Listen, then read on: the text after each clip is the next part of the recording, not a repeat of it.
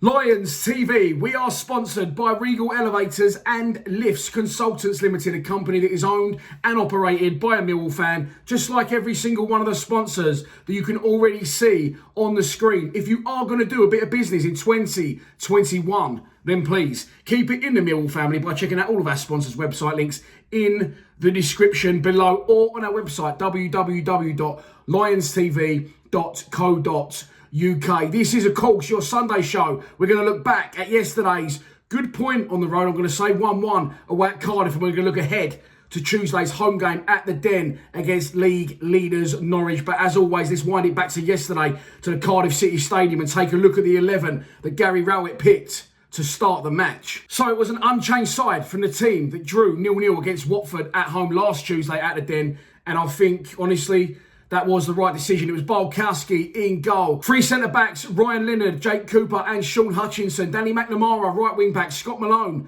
left wing-back. Keithden Beld and Woods as a central midfield pairing, which I felt worked quite well, by the way, with Ben Thompson in a 10. And up front, Jed Wallace and Ken Zahor. You can argue it was three up front with Thompson joining in and Jed on the left. But listen, in the interest of just getting on with this video and getting it done, make of it what you will, the starting 11. It was the same starting 11, as I said, that drew 1-1 at home against Watford at the Den on Tuesday. And I'm going to say it again. And listen, football's a fantastic game and it's all about opinions. I don't understand that people get angry about other people's opinions. I've just said that thinking maybe I come across angry when I think that people don't agree with me about Gary Rowett. However, Rowett's turning the screw at the minute, in my opinion. Strangely, people are now, I'm starting to say he's starting to turn things around and things are looking a lot better. People who were not agreeing with that and now going further in the other direction and saying yesterday was terrible. And I've got to admit, listen, I said football's a brilliant game and it's all about opinions. And my best mate rang me this morning and said, mate, what were you watching yesterday? Because that was not fucking good. It was awful. And then I give him my reasons and my opinions as to why it was good, and I will give them to you in this video. So, strange one. I thought it was good yesterday. I'm leaning towards the amount of comments I've seen, good and bad, or agreeing and disagreeing, that more of you thought it wasn't a good performance yesterday than thought it was. I thought it was, and I'll give you the reasons why in this video. The game starts, rain's coming down again, no atmosphere again, which can't be helped. And I have come to realise, watching football across the board, I started watching the Norwich game yesterday, 0-0 they drew, which I'll get onto in a minute, against Middlesbrough. I turned it off. I just can't watch any other football in a minute. And I used to watch all football. So again, I am starting to be a little bit more sympathetic towards our performances, because trust me, football across the board at the minute is not good due to the fans. And I've not really incorporated that in my videos because I only really watched Millwall, and I started trying to watch more football during the break. I watched a couple of games stop completely because there's just no atmosphere without fans. Man United Arsenal, I watched about 10 minutes yesterday, turned it off. It's just shit without fans. So maybe I was being too critical on our players for not seeming interested enough, not for having enough desire and enough creativity. Well, maybe I'm wrong. I don't know. Every time I say one thing, a lot of people seem to say the other. So as I said, that is football, and it's a brilliant game to dissect and talk about on camera. I really, really enjoy it. So let's get into the game. We start out, balls in the air a lot, shit pitch, as I said, weather's bad. But I thought we competed again. I thought when the game did settle and we did get going, I just watched the highlights back this morning. You've only got to look. Cardiff were direct. We started on the front foot. Let's cover that first off.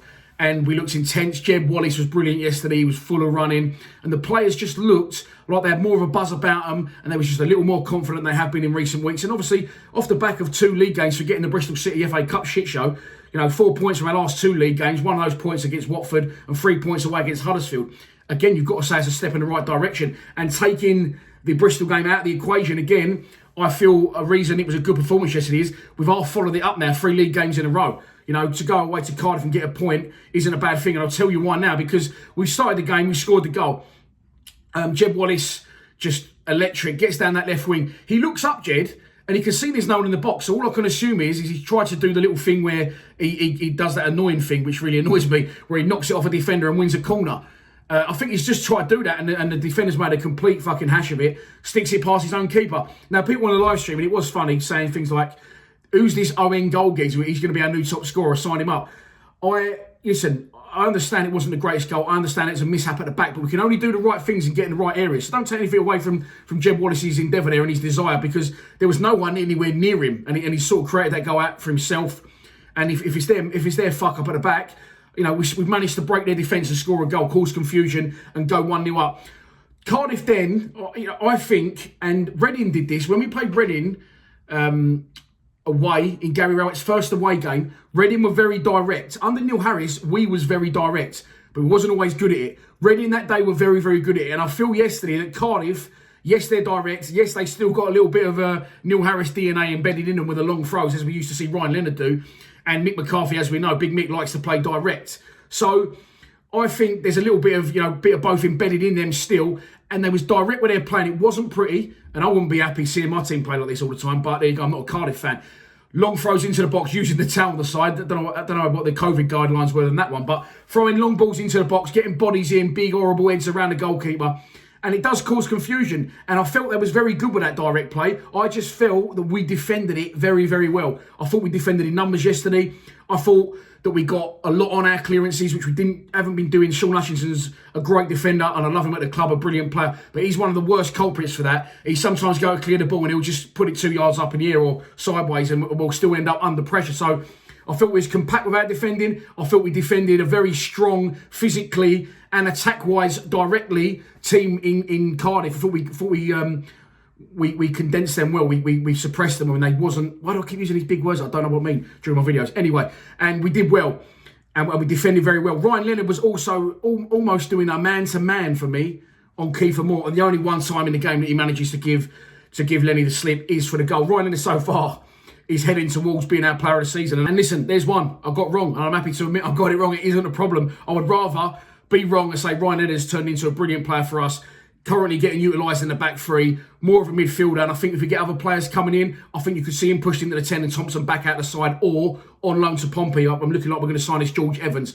But again, that's another video for another day, and I definitely haven't got time to do that video today. So yeah, that's another reason I felt it was a very strong Mill performance, because I thought we defended well, we defended compact, but also, we definitely, we squashed a very strong physical aerial threat from Cardiff for the majority of the game.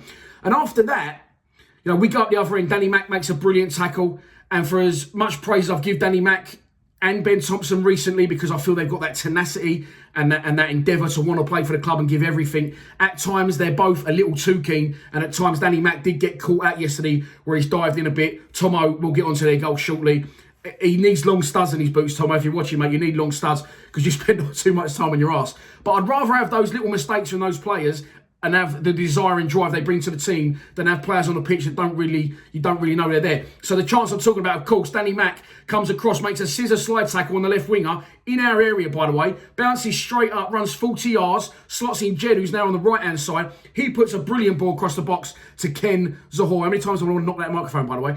And Ken Zahor gets in these positions from what we've seen of him, and we haven't seen a lot of him, and I'm going to get onto Ken Zahor in a bit after the second chance that he missed.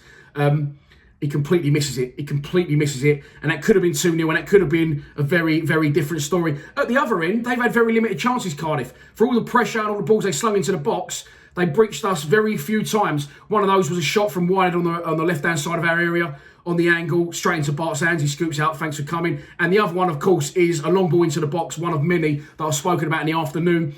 Headed back across goal, Keith Bell for the second game in a row, clears ones off the line. Ball comes back in, and from the resultant header, Bart just catches it. Easy routine for Bart.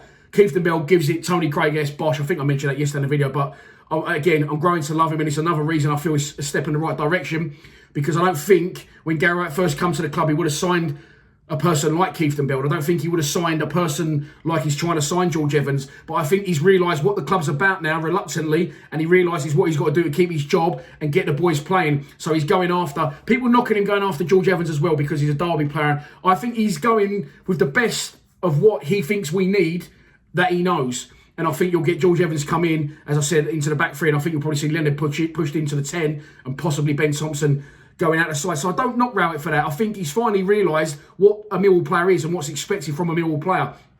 And if he got the chance all over again, I'm not sure he signed Mason Bennett, who can't get in the team now. I'm not sure he signed Ryan Woods. Actually, probably would sign Ryan Woods, because he just fucking absolutely loves the keys, doesn't he? So we get into the second half. Straight away in the second half, we're on the attack again. Ryan Woods does well. Thought we got further forward yesterday. Thought we did a little bit better in the game. He put a couple of nice through balls through. One to Ben Thompson in the first half, where Thompson wins a free kick, and he puts a good tackle in this instance. Wins the ball back high up the pitch, which Ryan is very good at doing, and he puts it to Keith and Bell. Keith and Bell, great ball through to Ken Zahor. Zahor runs through. He's doing everything right. He's getting tracked down by a defender. He should score. He should score. It's come off the keeper's shin, I think, or the back of his heel, and it's gone inches wide. A Cardiff player thinks he's going in. He slides in to try and, just trying to do his bit, and it almost clips in and goes in, and it goes inches wide of the post for a corner. It's very, very unlucky, yes, but Ken Zahor should have scored that. And let's cover him now. Ken Zahor is now a mixed bag. Let's remember, he came to us from West Brom, hadn't really kicked a ball, hadn't played any part in their pre-season. Came to us, played one game, scored, got injured. Came out, he's been back not long now. So I would say judge Zahor in another 6-7 starts, because at the minute, he definitely isn't fit. He definitely isn't firing on yesterday's showing. Someone said something on Twitter yesterday which made a lot of sense. Ken Zahor is an intelligent striker mentally, because he doesn't go looking. And as I've said, and I used to say, I don't want my strikers to go looking. I want my strikers to stay central, be lazy, and let people create chances for them. And the one he missed in the first half, yes, granted he missed it, but it's very similar to the goal he scored at Preston. He is getting in these positions to get fed the ball, and strikers we have don't usually do that. They don't usually do that. So bear with Ken. I think give him another, as I said, 7 to 10 games, and then we'll judge him on that. He's definitely got the class about him, make no mistake. I can see that in his game. And as I said, players want to link with him and play him in. And you don't usually see people unmarked in the box for us in the positions that he's in. Preston again, yesterday again. What other strikers of ours get in those positions? They don't. So his movement's very good. And don't underestimate Big Ken just yet, is what I'm saying. So after that, there was only 2 chances for Cardiff in the rest of the game. One of them was a header from close range over the bar. And the other one is, of course, the goal. Now, I've watched it back this morning. I didn't cover it yesterday because, I'll be honest, I had Wi-Fi issues yesterday. The stream kept dropping. We had donations coming in for the cancer charity. We raised Cancer Deadline Day another £300 yesterday. So well done to everyone that donated. And thanks for tuning in on the live streams. So I had a lot going on. I didn't actually see the point where Ben Thompson's got a bandage around his head. I don't know what happened there. I missed that. And also him losing the ball. Bang on the halfway line for their goal. Yes, he's a mistake. Yes, he slipped over. I've given my reasons earlier about him and Danny Mack. Why I have him in the side at the minute. The best of what we got, definitely. Danny Mack's good. Ben Thompson is the best of what we got at the minute, and we'll give everything for the cause. So technically, I know he's not brilliant. He keeps slipping over, which is half now starting to get on my tits, I will be honest. But he's lost the ball high up the pitch, yes. Keith and Bell, as a result, was out of position. But the guy's been allowed to run and travel, put it sideways to his mate, and there's no one in there. There's a gaping great hole in the centre of midfield. Ball gets slotted through. It's the one time in the game, as I said, that Kiefer Moore shows his class and manages to give Lenny the slip. Leonard was there, but he just couldn't get there. And Kiefer Moore slips it over the top of Bolkowski, and it's 1-1. After that, as I said, again, praise to Rowett and the team. There was no shitty bump time. Yes, we sat back. But come on, let's have it right. Away from home, 1-1 against a strong side. We give a good account of ourselves. And again, yesterday, I felt the passing was very crisp. There was one point in the second half, we knocked about 40 crisp passes. And we was getting forward quick on the attack. When we was breaking, we was doing it right. And we was doing it with intent. We was doing it with pace, moving the ball quickly. And our passing was good. So that's another reason I felt it was a good performance yesterday. And other than that, another reason is Cardiff, for all the aerial and fucking throw-ons they kept throwing into the box and long balls trying to launch and cause confusion and upset and any sort of disaster they could. We defended it very well, and only one other time in the game from a corner where one of their players, the number 3, is completely unmarked, and luckily for us, heads it over the bar. So listen, it's a 1-1 draw. Again, it's 5 points from our last 3 games. 2 of those have been away. That's not bad form. I felt Keith and Bell again give everything. Thompson, although at fault for their goal, just gives everything. And more players are now starting to give everything. Jeb Wallace seems revitalised now after a rest, so hopefully he's back to near his best. The defence is still worrying me a little bit, if I'm honest. Scott Malone, for all our praising going forward, he fucking cannot defend. He absolutely cannot defend. So, still problems, but improving, going in the right direction. We're in for a player from Oxford, apparently. We're in for George Evans. That's deal done almost, I'm hearing, from Derby. So, Rowett's now doing the right things. He's trying to bring the right players and introduce the right criteria to the club, in my opinion. However, I still don't feel he's the man for the job, because a lot of you yesterday saying that is not good enough, that is not good enough. And I said that is good enough. And I'll tell you why now. Because that is the best you're ever going to get out of Gary Rowett as a manager for Millwall. He is known notoriously for being a negative defensive manager at every club he's been to. They don't play exciting attacking football. They consolidate. They try and go with what they got. And the one time he did have money to spend, it was at Stoke, and he completely fucked that up. On a side note, nothing to do with Gary Rowett. we are not a club that's ever going to get a lot of money in. We need a motivator as our manager and someone that understands the club. I feel that Rowett's leaning more now towards understanding that, but he absolutely is never going to play attacking, exciting football. And listen, maybe that's not his fault. Maybe it's the financial constraints. These fucking big words I keep putting out. I didn't even know those in the vocab, but they're there. And I dig deep and I find them. Unless Husky come in, as I said, and buy the club, we're at a little bit of an impasse now. Because we're just going to be, in my opinion, if Rowett can carry on the way he's going, now will keep us safe, in my opinion, at the minute. But even if he keeps us safe, next season, it's not going to be any different. We're going to be defensive. We're going to be compact. We're going to have Ryan Lennon in there spraying play. We're going to have players from Derby and players that Rowett's used before. Maybe with his Harvey Bustle coming in, you know, it'll be a little bit more recruitment-wise and go and find the players. Because I see a lot of anger online, people saying, why does he keep going back to these old players? At the minute, I've got to back him again for this instance. I think he's using his head. I think he's doing the right thing because he's going after players now that fuck Keith DeBell's a battler. He's a Mill type player. Yeah, I used to have him. George Evans, oh, okay, he's going to be a Mill type player. Not the best player technically maybe, but he's going to be more beneficial to us than a Mason Bennett or a Ryan Woods. That's why Bennett can't get in the team now because Rowett has finally, it's dawned upon him what's needed at the club. So I will say this, if you're not happy with Gary Rowett yesterday and what we got, I'm happy with it because all I want for us is to survive this season. But I understand that Rowett's peaked and that's the best you're ever going to get out of Rowett, regardless of whether it's this week, next year, next summer, next Christmas. We're going to be playing the same way. We're going to be playing defensive. We're going to be playing negative. We're going to be sitting deep and try and compact and consolidate and nick points on the break. That's all we're going to do. Is that what we did under Neil Harris? Well, not when we was in League One. And the first season back in the Championship, we had a right fucking go, didn't we? But listen, let's leave Neil Harris. Neil Harris is in the past, and I'm grafting like you wouldn't believe to get him on Lions Lounge, by the way. So yeah, as I said, finally, before I move on to Tuesday's game at home against league leaders Norwich, I will point out that again, another reason, and the final reason I felt it was a good result is because we've built on it. In my opinion, we've built on Watford. We haven't gone there and then gone there and been bipolar mill, have we? We've finally now can see 3 league results in a row. Although it's not been pretty, although it's not been spectacular, although we've played deep, we've played 3 games, we've won 1 of those and drawn 2. So you've got to say again, it's a step in the right direction. If you don't agree, then that's absolutely fine. Don't be shy putting in the comments below because, as I said, this is the weird and wonderful world of football where friendships and opinions can be divided. So there you go, 1-1. I was happy with it. We move on to Tuesday's game at the Den. Of course, on Tuesday, we welcome league leaders Norwich City, managed by Daniel Farker. They was relegated from the Premier League last season, so they are looking to bounce back at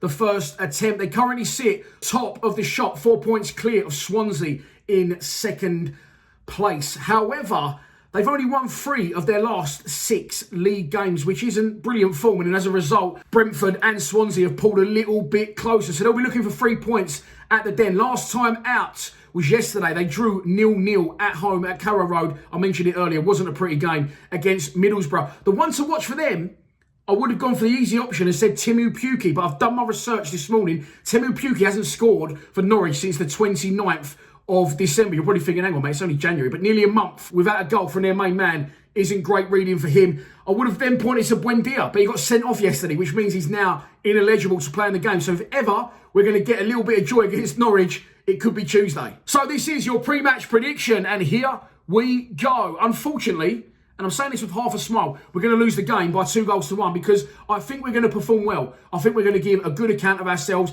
The pitch is cut to fuck, and it's going to be even worse after the amount of rain we've had. That will play into our hands because as we've seen with these Prem sides that have come down, with Bournemouth, with Watford, they like to pop the ball. And Norwich aren't going to be able to do that on Tuesday, so they're going to be dragged into a physical shit show. And hopefully that will definitely play into our hands. However, I just feel they'll get the rub of the green. They'll definitely get referees' decisions. But I think their class will show through. And unfortunately, despite a good battling performance, I expect Norwich to stay top of the tree. So that's your lot for this Sunday Club. I hope you've enjoyed it. Please be sure to check out the fans' score predictions from the other boys at Lions TV. That's probably going to go out tomorrow. And if you think you know what the score's going to be, do not be shy to put it in the comments below. Patreon, tonight, 8 PM, we're doing a quiz. I'm giving away a brand spanking new home Millwall shirt from this season in a size of your choice. And I've got 3 Lions Lounges lined up for next week, as well as 3 live streams. I don't even get any chance to get on a piss anymore and have a booze, but there you go. It is what it is, and we soldier on. I'm loving every minute of it, and we go from strength to strength on the channel. Please subscribe to Lions TV.